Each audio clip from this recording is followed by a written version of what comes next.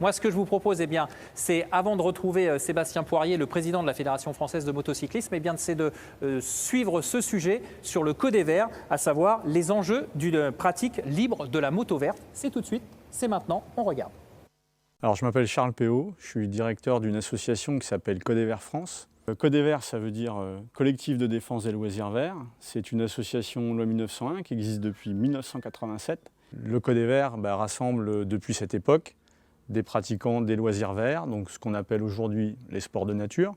Donc aussi bien la moto que le 4x4, plus tard le VTT, le quad, tout ce qui est un moyen de locomotion qui permet de se promener sur les chemins et dans la nature. Parmi nos adhérents, on compte à peu près 40% de personnes qui pratiquent la moto en activité principale.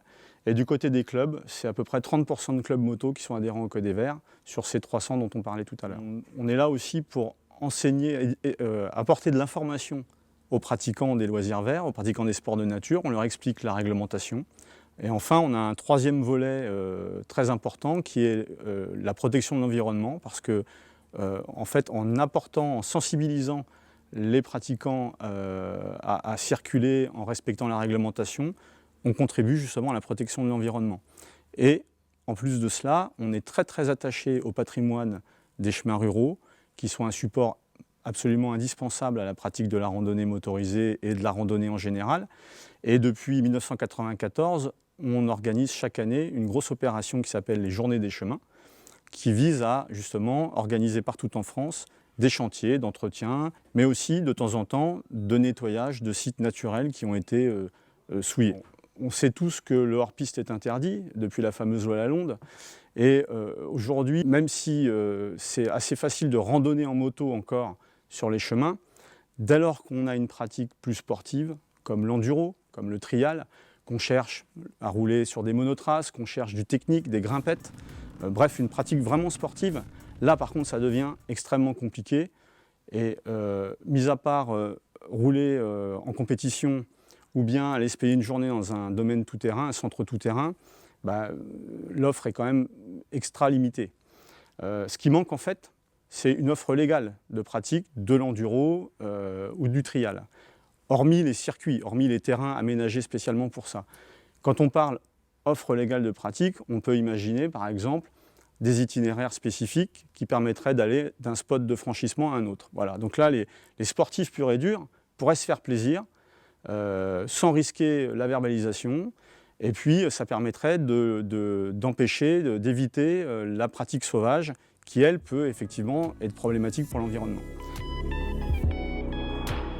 Si on ne réclame pas cette offre de pratique, personne dans les pouvoirs publics ne va nous la proposer. C'est une évidence. Et pour réclamer ça et pour arriver à se faire entendre, il faut avoir du poids.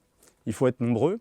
Et ce qu'on aimerait bien, c'est que les enduristes, les trialistes, tous ceux qui ont envie de ces itinéraires adaptés pour eux, qui viendraient en plus des chemins ruraux qui sont là pour la balade tranquille, on aimerait bien que tous ces pratiquants sportifs nous rejoignent, viennent nous soutenir, appuient nos démarches auprès des pouvoirs publics, parce qu'on a besoin d'eux pour y arriver. Il faut être nombreux, il faut être fort.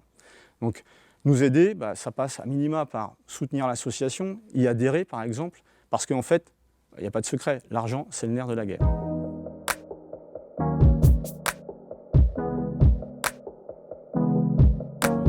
Ces dernières années, les sports mécaniques sont dans le collimateur de plus en plus.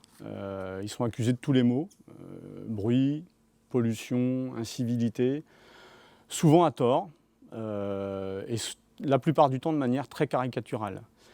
Ce qu'on voudrait dire aujourd'hui, c'est que ces sports, n'en déplaise à certains élus écologistes, continuent à faire rêver les gamins, et notamment la moto. Et on est très nombreux à pratiquer ces sports de nature motorisés. La France a obtenu de nombreux titres de champion du monde grâce à des pilotes de talent. Il y a énormément de pratiquants et puisqu'on est nombreux, on devrait être aussi nombreux à les défendre, ces sports. Et pour les défendre, il y a un moyen simple, c'est de se rassembler sous la bannière du Code des Verts. Voilà. Et ça, il suffit de prendre une adhésion et puis de nous rejoindre, de participer aux actions qu'on met en place. Voilà, c'est hyper important. Si on veut que nos activités perdurent, il faut se mobiliser. On ne peut pas se permettre de rester dans son coin en se disant « pour vivre heureux, vivons cachés ». Ça ne marche plus aujourd'hui. Il faut être acteur et défenseur de son activité, de sa passion. C'est super important.